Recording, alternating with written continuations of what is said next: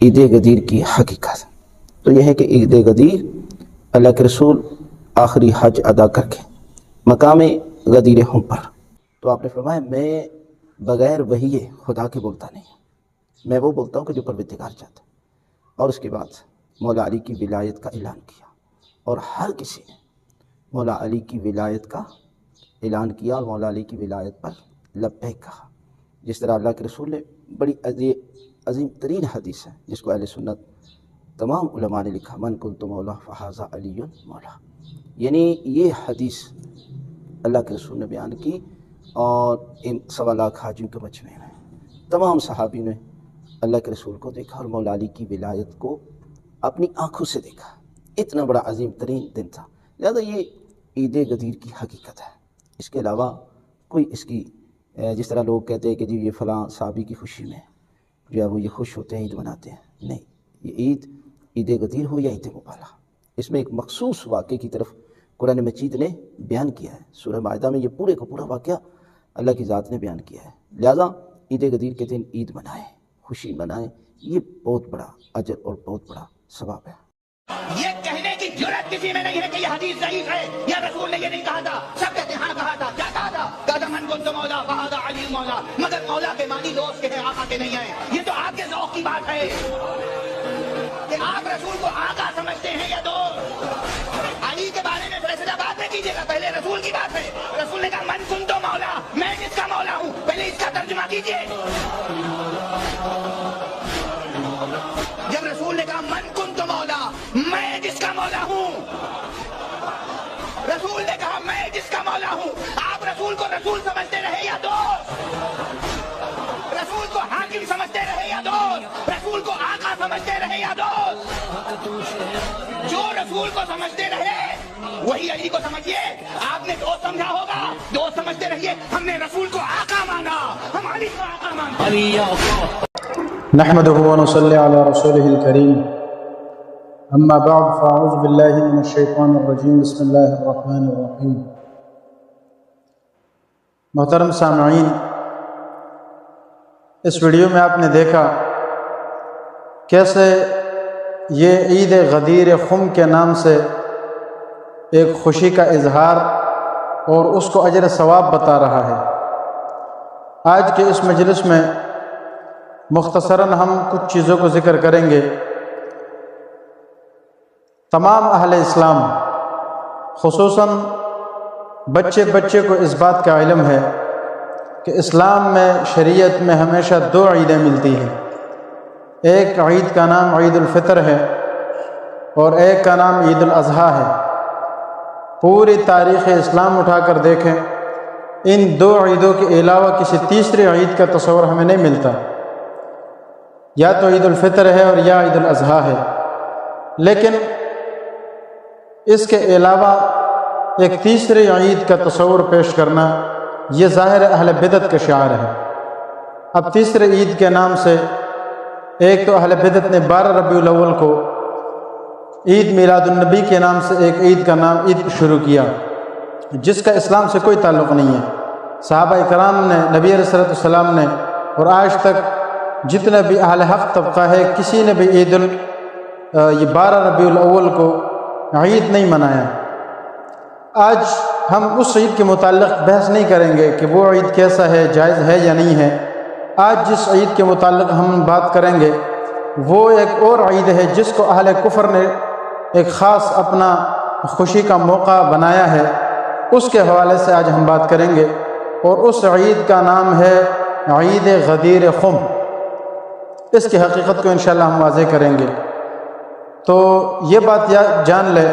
کہ عید چونکہ 2 ہے، عید الفطر اور ایک عید الاضحیٰ، یہ جو عید غدیر خم کے نام سے ایک تیسرا عید شروع کیا گیا ہے، یہ بھی سراسر اہل کفر کی طرف سے ایک بہت بڑی گمراہی ہے اور غلط فہمی ہے۔ عید غدیر خم کیا چیز ہے؟ دیکھیں، عید تو معنی خوشی ہے۔ غدیر خم اصل میں یہ ایک واقعے کی طرف اشارہ ہے۔ 9 ذی الحجہ کو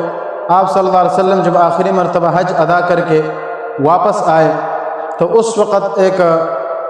جگہ تھی جس کا نام تھا خم، یہ ایک علاقے کا نام ہے، اور اس علاقے میں ایک تالاب تھا، اس تالاب کا نام ہے غدیر، چونکہ عربی میں غدیر تالاب کو کہتے ہیں، بعض لوگ اس کو کنواں سمجھتے ہیں، غدیر کا معنی کنواں کرتے ہیں، حالانکہ یہ بات ٹھیک نہیں ہے۔ حالانکہ دوسرے درجے کے طالب علم کو بھی یہ پتہ ہے، جس نے قدوری پڑھی ہوگی، والغدیر العظیم الذی یتحرک احد طرفیہ بتحریک الطرف الاخر، اس میں صاف تفصیل موجود ہے کہ یہ ایک تالاب کا نام ہے، تالاب کو کہتے ہیں۔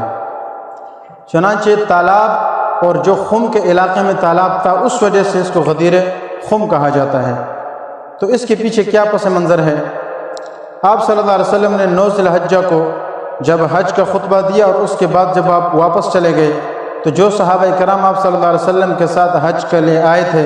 اور حج کرنے کے بعد کچھ صحابہ جو عراق سے آئے تھے وہ عراق چلے گئے، جو دوسرے ممالک سے آئے تھے وہ اس طرف چلے گئے۔ آپ صلی اللہ علیہ وسلم نے بھی چونکہ مدینہ کی طرف جانا تھا تو لہٰذا کچھ صحابہ کرام آپ کے ساتھ تھے اور مدینہ آ رہے تھے۔ تو جب وہ اسی خم کے علاقے میں پہنچے تو نماز کا وقت ہو گیا اور کچھ پانی کی بھی ضرورت پڑ گئی، تو اس تالاب جس کو غدیر کہا جاتا ہے اس تالاب کے پاس آپ رک گئے۔ تو یہ تقریباً 18 ذی الحج تک یہ معاملہ پہنچ چکا تھا کہ جب یہ آپ صلی اللہ علیہ وسلم واپس آ رہے تھے اور خم کے مقام پر پہنچے اس تالاب پر، تو یہ 18 ذی الحجہ تھا، یعنی 9 ذی الحجہ سے بعد 18 ذی الحجہ تک پہنچ گئی۔ تو یہاں پر یہ واقعہ پیش آیا۔ اب واقعہ کیا پیش آیا اس سے پہلے یہ بات سمجھے کہ آپ صلی اللہ علیہ وسلم نے یمن کی طرف ایک لشکر بھیجا تھا صحابہ کرام کا، اور مال غنیمت کے حوالے سے کچھ صحابہ کرام کے آپس میں کشمکش پیش آئی، اور اس میں حضرت علی رضی اللہ تعالیٰ عنہ بھی تھے۔ اب کچھ صحابہ کا حضرت علی سے اختلاف ہو گیا، اختلاف مال غنیمت کے کسی معاملے میں ہوا، پتہ نہیں شاید کسی کو زیادہ حصہ ملا کسی کو کم ملا، تو جس طرف صحابہ کرام کچھ اس طرف تھے اور ایک طرف حضرت علی رضی اللہ تعالیٰ عنہ تھے، اختلاف ہوا اور اختلاف کسی نتیجے پر نہیں پہنچا۔ تو اب اس کا حل کیا تھا کہ اللہ کے نبی صلی اللہ علیہ وسلم کے سامنے یہ بات پیش کرتے، اور ایسا ہی ہوا۔ صحابہ کرام جب حج کر کے واپس مدینے جا رہے تھے تو اسی خم کے مقام پر اسی طرح واقعہ پیش آیا کہ جب صحابہ کرام نے اس موقع کو غنیمت سمجھا اور جب یہ دیکھا کہ اب صحابہ کرام بھی کچھ چلے گئے ہیں جنہوں نے دور جانا تھا، اور آپ صلی اللہ علیہ وسلم بھی فارغ وقت ہے، موقع ہے، اس لیے موقع کو غنیمت سمجھ کر صحابہ کرام نے اس وقت یہ سوال اٹھایا تو نبی کریم صلی اللہ علیہ وسلم کے سامنے جب یہ واقعہ پیش کیا تو آپ صلی اللہ علیہ وسلم سمجھ گئے کہ اس واقعے کی حقیقت کیا ہے۔ اب یہ بات ظاہراً جب دیکھی گئی تو آپ صلی اللہ علیہ وسلم نے اس پر غور و فکر کیا تو ظاہراً حضرت علی حق پر تھے۔ جب علی رضی اللہ تعالیٰ عنہ حق پر تھے تو اس لیے ان کے خلاف صحابہ کے دل میں کچھ کدورت نہ آ جائے، ان کے خلاف کوئی نفرت نہ آ جائے، اس بات کو ختم کرنے کے لیے نبی صلی اللہ علیہ وسلم نے اس وقت ایک خطبہ ارشاد فرمایا۔ خطبہ بڑا لمبا تھا جس میں سے کچھ الفاظ یہ تھے۔ آپ صلی اللہ علیہ وسلم نے فرمایا حضرت علی کو بلا کر اور فرمایا کہ من کنت مولاہ فہذا علی مولاہ، یہ ترمذی شریف میں بھی ہے اور مسند احمد کی بھی روایت ہے، جس میں آتا ہے کہ نبی صلی اللہ علیہ وسلم نے حضرت علی کی طرف اشارہ کر کے فرمایا کہ لوگوں جس کا علی دوست ہے میں بھی اس کا دوست ہوں، یعنی جو حضرت علی کو دوست سمجھتے ہیں وہ مجھے بھی دوست سمجھے۔ اور پھر آگے بھی روایات میں الفاظ ہے، نبی صلی اللہ علیہ وسلم نے یہ بھی فرمایا اللہم والی من والاہ وعاد من عاداہ، اے اللہ جو حضرت علی سے محبت کرے ان کو دوست رکھے تو آپ بھی انہیں دوست رکھیے، اور جو ان سے دشمنی کرے تو آپ بھی ان سے دشمنی رکھیے۔ جب یہ بات ہوئی تو صحابہ کرام کے دل میں بالکل جو تھوڑی بہت چپکلش تھی وہ بھی ختم ہو گئی، اور سب حضرت علی سے پہلے سے زیادہ محبت کرنے لگے۔ روایات میں یہ بھی آتا ہے کہ حضرت عمر رضی اللہ تعالیٰ عنہ جب دوسرے دن حضرت علی سے ملے تو ان کو مبارکباد دیا اور یہ فرمایا ہنی اللہ کا ابن ابی طالب، آپ کو مبارکباد ہو اے علی ابن ابی طالب، اس لیے کہ اس قول کے بعد نبی صلی اللہ علیہ وسلم کے اس کہنے کے بعد صحابہ کرام چاہے مرد ہو یا مومن ہو ہر ایک کے دل میں آپ کی محبت پہلے سے زیادہ بڑھ گئی ہے۔ تو یہ واقعہ پیش آیا۔ تو اب اس واقعے کو بنیاد بنا کر کچھ اہل کفر، اہل روافض شیعہ، وہ اس عقیدے کو اور اس حدیث کو بنیاد بنا کر خلافت بلا فصل کو ثابت کرتے ہیں، اور وہ اس چیز کو ثابت کرتے اور خوشی کا اظہار کرتے ہیں کہ اس دن چونکہ آپ صلی اللہ علیہ وسلم نے خود اپنی زبان سے حضرت علی کی خلافت کا اقرار کیا اور گویا یہ بتایا ہے کہ میرے بعد خلافت حضرت علی کی ہوگی، یعنی ان کو خلافت ملے گی اور خلافت بلا فصل ملے گی، یعنی بیچ میں ابو بکر اور عمر اور عثمان کا واسطہ نہیں ہوگا، بغیر فصل کے ڈائریکٹ نبی صلی اللہ علیہ وسلم کے بعد حضرت علی کو خلافت ملے گی۔ اس عقیدے کے انہوں نے ثابت کیا، اور اس لیے وہ اس دن عید کا دن مناتے ہیں، اور عید غدیر کے نام سے، چونکہ یہ خطبہ آپ نے اس غدیر خم کے موقع پر ارشاد فرمایا تھا، تو اس کو بنیاد بنا کر وہ کہتے ہیں کہ چونکہ حضرت علی کو خلافت ملی ہے لہذا یہ خوشی کا موقع ہے اور عید منانا چاہیے۔ اب سب سے پہلے تو ہم اس بات کی وضاحت کریں گے کہ کیا یہ واقعتاً یہ حدیث درست بھی ہے یا نہیں، اور پھر عید غدیر خم کی حقیقت کو بھی ہم بیان کریں گے۔ سب سے پہلے تو اس بات کو سمجھیں کہ یہ جو عید غدیر چونکہ 18 ذی الحجہ کو پیش آیا تھا، اس میں آپ دیکھیں تو صحابہ کرام نے اور خود حضرت علی رضی اللہ تعالیٰ عنہ نے، نہ ان کی اولاد نے کبھی بھی اس دن 18 ذی الحجہ کو خوشی کا عید نہیں منایا۔ اس لیے اس سے پتہ چلا کہ یہ عید کوئی بنیادی نہیں ہے، پہلے سے نہیں چلا رہا، یہ بعد میں بنا۔ اب بعد میں اس کو کس نے بنایا؟ تو تاریخی روایات میں آتا ہے کہ معز الدولہ نام ایک یہودی تھا، اور اس یہودی نے ظاہری لبادہ اسلام کا اوڑھ کر شیعت کی بنیاد رکھی تھی، یعنی بنیاد تو عبداللہ ابن سبا نے رکھی، لیکن چونکہ یہ بھی ایک قسم کا شیعہ تھا اور اصل بنیادی طور پر یہ بھی یہودی تھا، تو حضرت عثمان رضی اللہ تعالیٰ عنہ سے ان کو بھی بغض تھا، اور اس دن چونکہ حضرت عثمان رضی اللہ تعالیٰ عنہ کی شہادت بھی ہے 18 ذی الحجہ کو، اور ایک طرف یہ حدیث بھی،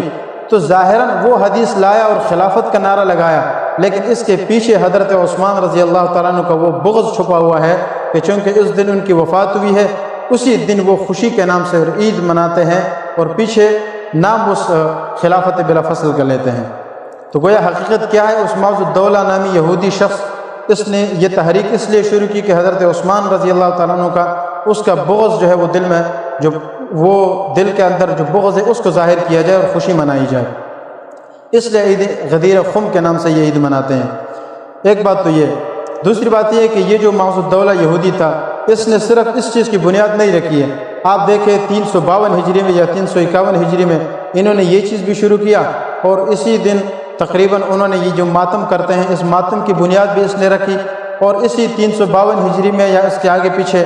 22 رجب کو جب حضرت امیر معاویہ رضی اللہ تعالیٰ عنہ کی وفات کا دن ہے، اس دن بھی انہوں نے خوشی کا اظہار اور ایک خوشی کا نام بنا کر کنڈے کی رسم شروع کر دی۔ یہ بھی در حقیقت حضرت امیر معاویہ رضی اللہ تعالیٰ عنہ کے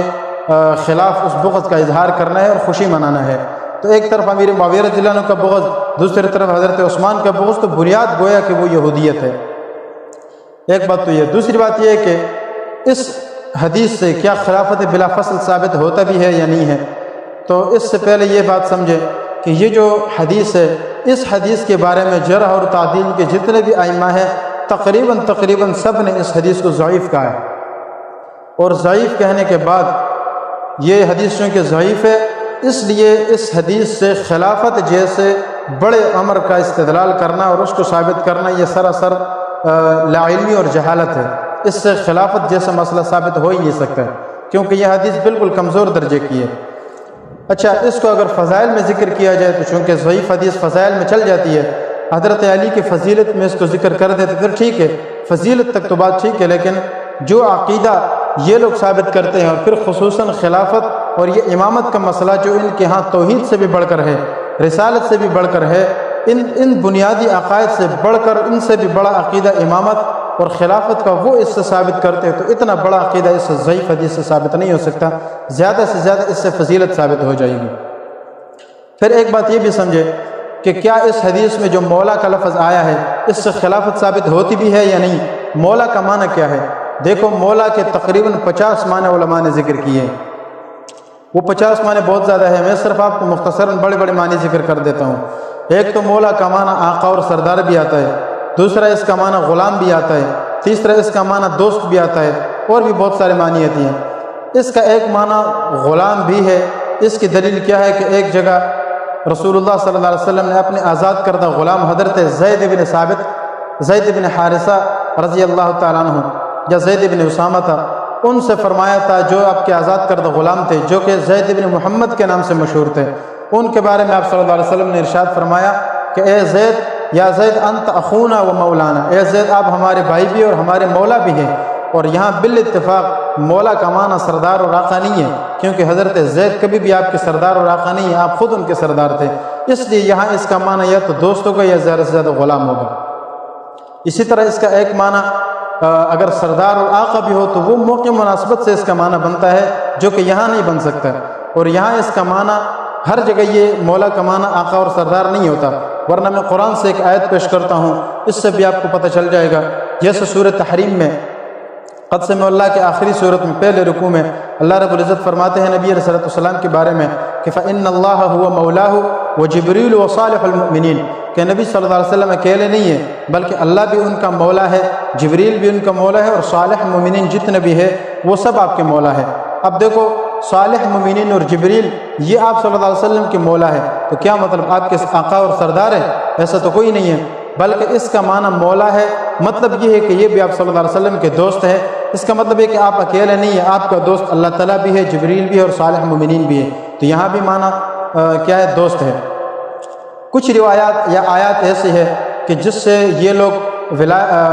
مولا کا معنی مولا اور آقا اور سردار ثابت کرتے ہیں۔ اب اس آیت کا بھی معنی جتنے بھی مولا کا لفظ آتے ہیں وہاں پر بھی یہ سردار اور آقا معنی نہیں ہے، ورنہ پھر ہم پوچھتے ہیں کہ آپ جب اذان میں اشہد ان علی ولی اللہ کہتے ہو کہ میں گواہی دیتا ہوں کہ علی رضی اللہ کا ولی ہے، تو ولی کا معنی مولا ہے۔ اب یہاں مولا کا معنی آپ کیا کرو گے؟ ولی اللہ، اللہ کا ولی، اللہ کا مولا، مطلب اللہ کا بھی سردار ہے، نعوذ باللہ، یہ تو شرک ہے سیدھا سیدھا۔ اس لیے یہاں مولا کا معنی وہ بھی کہتے ہیں کہ یہاں مولا کا معنی دوست ہے، کہ حضرت علی اللہ کا دوست ہے، تو ہم بھی کہتے ہیں کہ ولی کا معنی ہر جگہ سردار نہیں ہوتا، آقا نہیں ہوتا، بلکہ اس کا معنی دوست بھی ہوتا ہے، غلام بھی آتا ہے موقع مناسبت سے۔ اب اس حدیث کے اندر جب نبی صلی اللہ علیہ وسلم نے ارشاد فرمایا من کنت مولاہ فہذا علی مولاہ، یہاں بھی حضرت علی کو دوست کہا ہے، ورنہ یہاں خلافت کا کوئی مسئلہ ہی نہیں تھا، یہاں امامت کا کوئی مسئلہ ہی نہیں تھا، اور یہاں چونکہ صحابہ کرام کے دلوں میں ایک اختلاف آ گیا تھا، اس اختلاف کو دور کرنے کے لیے تاکہ صحابہ کے دلوں میں نفرت نہ آئے اور حضرت علی کو دوست بنائے، اس لیے نبی صلی اللہ علیہ وسلم نے یہ حدیث ارشاد فرمائی اور مولا کا لفظ ارشاد فرمایا۔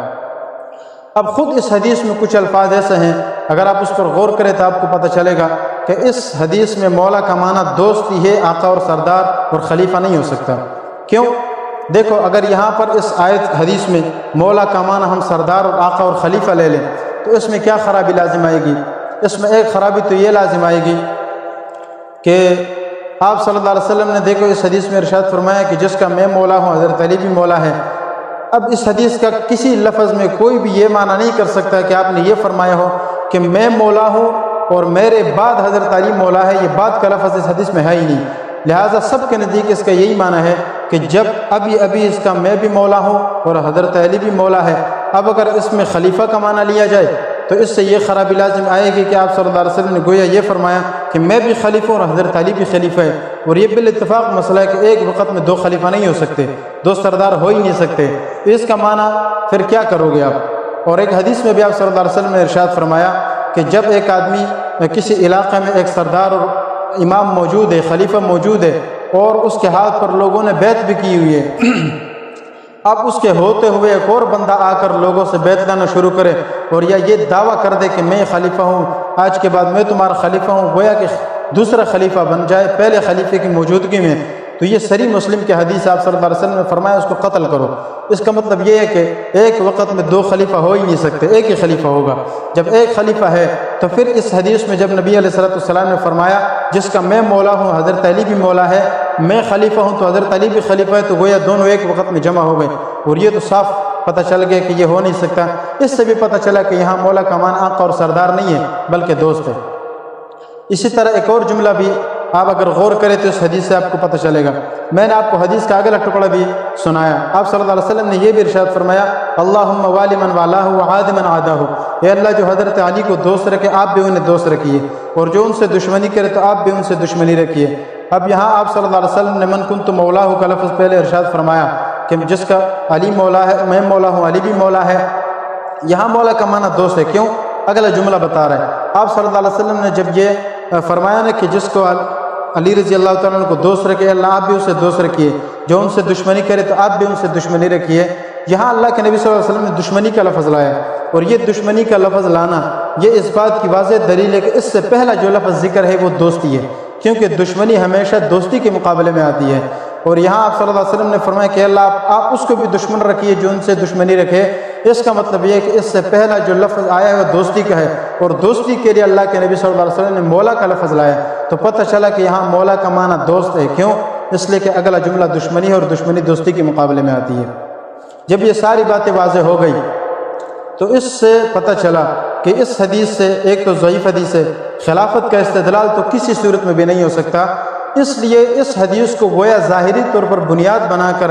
اصل در اصل حقیقت میں حضرت عثمان رضی اللہ تعالیٰ عنہ کی شہادت 18 ذی الحجہ کو ہے، اس کو اپنے بغض کا اظہار کرتے ہیں اور ان کے خلاف یہ عید مناتے ہیں اور خوشی کا اظہار کرتے ہیں۔ اس لیے ہر مسلمان کو پتہ ہے کہ مسلمانوں کی دو عید ہیں، ایک عید الفطر، ایک عید الاضحیٰ، یہ مسلمان کے بچے کو پتہ ہے۔ اس لیے اہل بدعت کی طرف سے عید میلاد النبی کے نام سے یہ بھی غلط ہے، اور عید غدیر کے نام سے شیعوں کی عید یہ بھی غلط ہے۔ اس لیے ساری بنیاد کو سمجھنے کی ضرورت ہے۔ ان ساری حدیث کے بعد آخر میں ایک بات، آخری مسئلہ واضح کر دوں۔ یہ جو حدیث ہے من کنت مولا فہذا علی مولا ہو، یہ حدیث چونکہ میں نے کہا تھا کہ ضعیف حدیث ہے، اور ضعیف حدیث جو ہے وہ ہوتا ہے وہ فضائل میں چلتی ہے، یعنی آپ اس سے فضیلت ثابت کر سکتے ہیں کسی کی، لہذا اگر حضرت علی کی فضیلت کو مانیں تو ٹھیک ہے، حضرت علی کی فضیلت ثابت ہو جائے گی۔ اس حدیث کی وجہ سے پھر کیا حضرت علی کو مولا علی کہنا درست ہے یا نہیں ہے؟ تو دیکھو مولا علی جو لوگ کہتے ہیں، یہ لفظ اس کے بارے میں فقہاء نے لکھا ہے کہ مولا علی کہنا اس لفظ میں بذات ہی بعین ہی کوئی حرج نہیں ہے، یہ لفظ جائز ہے کیونکہ حدیث میں آیا ہے، لیکن اس کے پیچھے چونکہ یہودیت کا اور شیعت کا ایک بہت بڑا گندا عقیدہ چھپا ہوا ہے امامت کا اور خلافت کا، تو اس عقیدے کو بنیاد بناتے ہیں، اس لیے علماء اس لفظ کے کہنے سے بھی منع کرتے ہیں، اور پھر خصوصاً اس جگہ میں جہاں پر یہ روافظ ہو تو اس جگہ میں تو پھر اس لفظ کا کہنا جائز ہی نہیں ہے۔ اس لیے عام حالت میں مولا علی کہنا ویسے جائز ہے، لیکن علماء منع کرتے ہیں کہ مولا علی کا لفظ کہنا بھی جائز نہیں ہے، اس لیے کہ ایک غلط عقیدے کا وہم انسان کے ذہن میں پیدا ہوتا ہے۔ اس لیے مسلمانوں کے عقیدے کو سمجھیے اور ہر اہل باطل کے ہتھ کنڈوں کو سمجھیے اور ان سے بچنے کی کوشش کریں۔ اللہ تعالی ہمیں صحیح دین کو سمجھنے کی توفیق عطا فرمائے اور اس کو سمجھ کر اور پھر اس پر عمل کرنے کی بھی توفیق عطا فرمائے۔ وآخر دعوانا الحمدللہ رب العالمین۔ يرفع الله الذين آمنوا منكم والذين أوتوا العلم درجات والله بما تعملون خبير۔